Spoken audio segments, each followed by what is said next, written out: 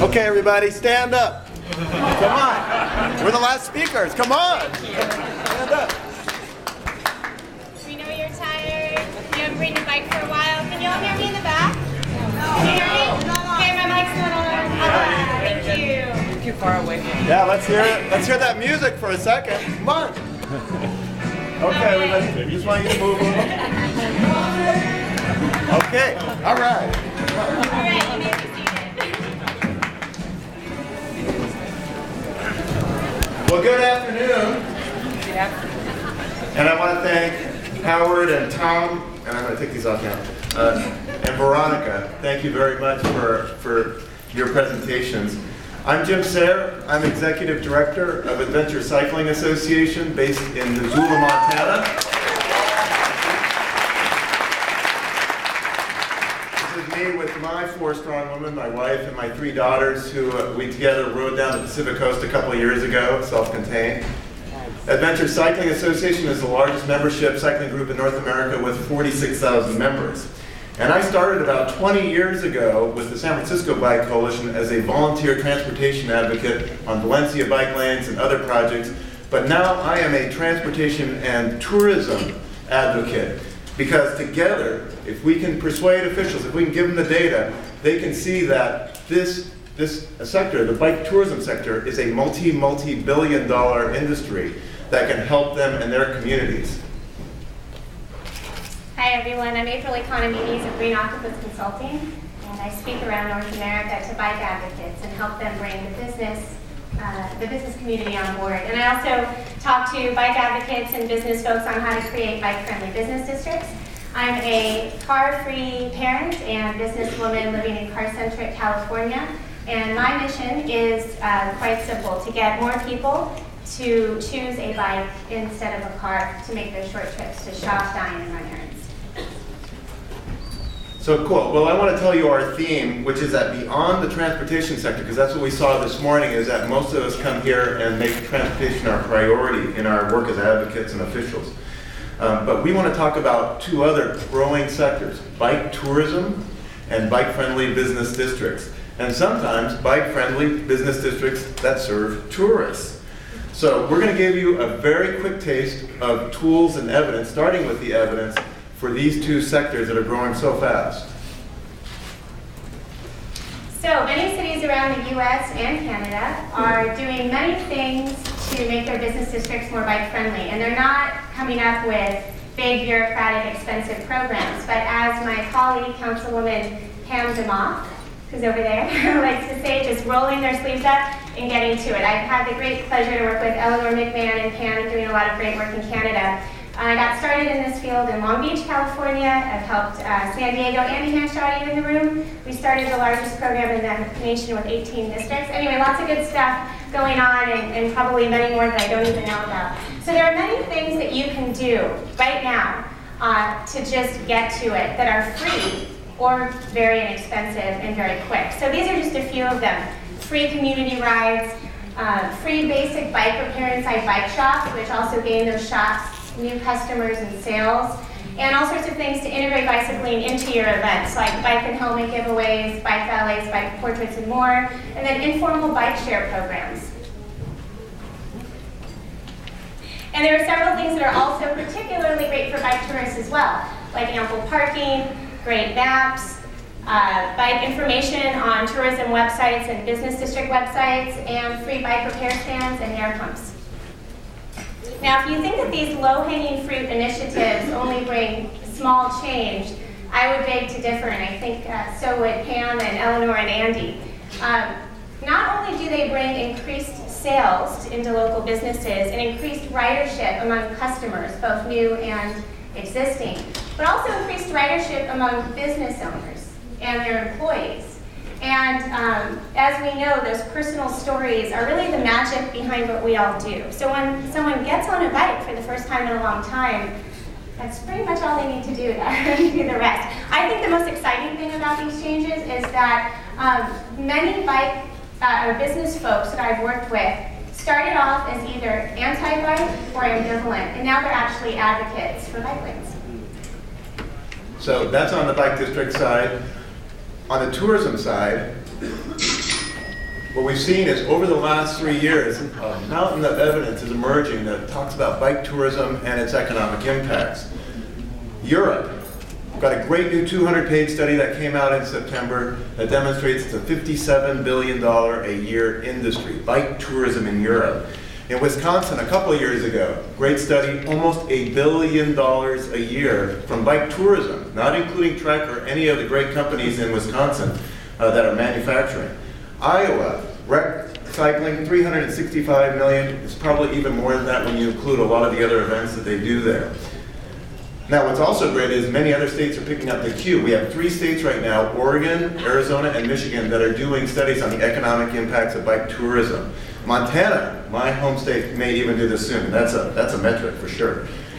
Cities are beginning to do a really smart thing. They're asking their tourists, did you use a bike when you came to our city? So San Francisco does this now, and I believe it was about 10% of the tourists said that they were using a bike. So that's a lot of people biking in San Francisco in addition to locals. This is especially getting picked up in small towns across America because it has an outsized impact. Great video, 2-minute video by Russ Roca and Laura Crawford. Where are you guys? Over here. Other great evangelists for biking and bike tourism. So they did this great 2-minute video about what an impact it can have for rural communities. The town of Lanesboro, Minnesota, 800 people, 60-mile rail trail system, $25 million generated. Wow. Little town of Twin Bridges, Montana, 400 people, spent $9,000 to create cyclist-friendly campground, made $10,000 the first year. Woo! And everything else is gravy. Everybody's going to stores, the restaurants. It's fantastic.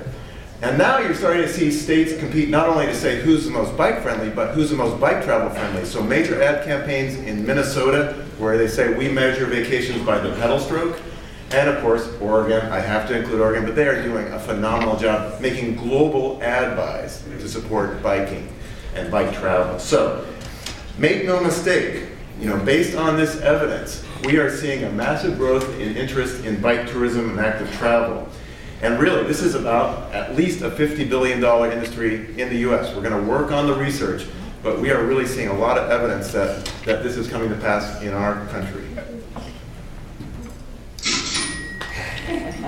So business has a strong voice in government.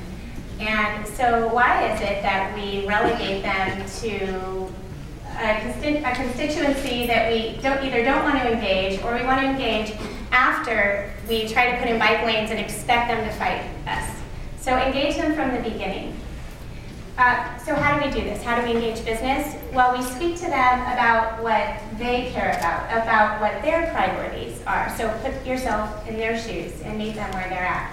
So businesses tend to care most about increased sales and customers, ample customer parking, employee productivity, and public safety. And this is great news because, as we all know, bicycling meets all of their goals. We bicyclists tend to shop more often, closer to home, and we notice businesses that we don't notice when we're whizzing by in a car because we're traveling at human scale speed. These are the type of practical arguments that business owners who don't yet bike can understand. And our parking's awesome. It's right in front of our destination, it's free, and we can easily hop in and go into a business so long as they provide us parking. And in terms of employee productivity, we tend to have fewer sick days, and because they're so much healthier and happier and full of joy, also more productive. There are studies to prove this. The Happiness Dividend is a great book. You should check it out. We're more productive and have higher task accuracy. There's data to prove all of these things, in addition to our own personal experience. And in terms of public safety, in so many cities where there's increased ridership, as Tom and others have touched on, there is a decrease in accidents and fatalities among pedestrians, bicyclists, and car drivers. And also just we're more eyes and ears in the city, so we make it safer and more vibrant. So we're going to go back over to tourism for a moment. There are 5 quick tools I'll leave you with, but there's lots more we can share with you later on. Tool number 1, do some simple research about the bike tourism market in your town or area. Easy to do, and get your Convention and Visitor Bureau involved. Number 2, we talked about stories. I use this photo all the time. 2 families visited Missoula, Montana. 2 families of 6, 4 adults, 8 kids. They were spending a lot of money riding from Virginia to Oak Harbor with Washington. And you can look at the picture and see that they are happy, and business people like to see happy customers. And then there are 3 longer-term strategies I want to share with you. Forge those partnerships with your tourism and economic development bureaus. Really, this is a whole new arena, and a lot more money is invested in tourism that you can tap into. Next up, try and create more bike travel-friendly towns. April gave you some ideas. And finally, build and brand networks, destinations, because that's what tourism is really about, is why do I want to go to Oregon? Because they have these cool scenic bikeways. Why do I want to go to Ripley, Ohio? Because they have this cool local network that celebrates the Underground Railroad that have short rides that people can do. Or the Oregon Scenic Bikeways, cross-state routes in Michigan, or you could even be part of the emerging US bicycle route system. So all sorts of great possibilities. On our website at adventurecycling.org, we have loads of resources, including the economic studies or systems that people can go to. So to wrap up my comments today about bike-friendly business districts, and obviously please feel free to find me after this if you want to talk more about it, is that we can't wait until after we've done all of our efforts to put in lanes or initiate programs to reach out to businesses. As so many other people have said, business owners are parents, their brothers, etc., their sisters. So, and they're a very powerful voice in advocacy. And a really great way to get what we want on the public policy level is to start in our neighborhoods and to connect with them one-on-one and have them see the personal magic change that happens when you get on a bike. I have so many stories of business owners in Long Beach and different cities in Canada and beyond, of business owners who've had transformational change and then go on to become strong advocates. So if we really want to see more Americans and Canadians on bikes, if we want to inspire more people, that includes inspiring the business community. The same goes for bike tourism. Again, it's this growing market, and I want to leave you with one little story. When I went to Lanesboro, I was invited there to speak to 50 business owners. They asked me to talk about our whole social media program. And I said, how many of you are actual cyclists? 2 people raised their hands. How many of you love cycling? All 50 raised their hands, because they're bringing in $25 million in this little town in southeast Minnesota. So let's work together to harness this power of bike tourism, of bike-friendly business districts, and let's do it as soon as we can, because, as everybody said, we need to move forward. Thank you so very much.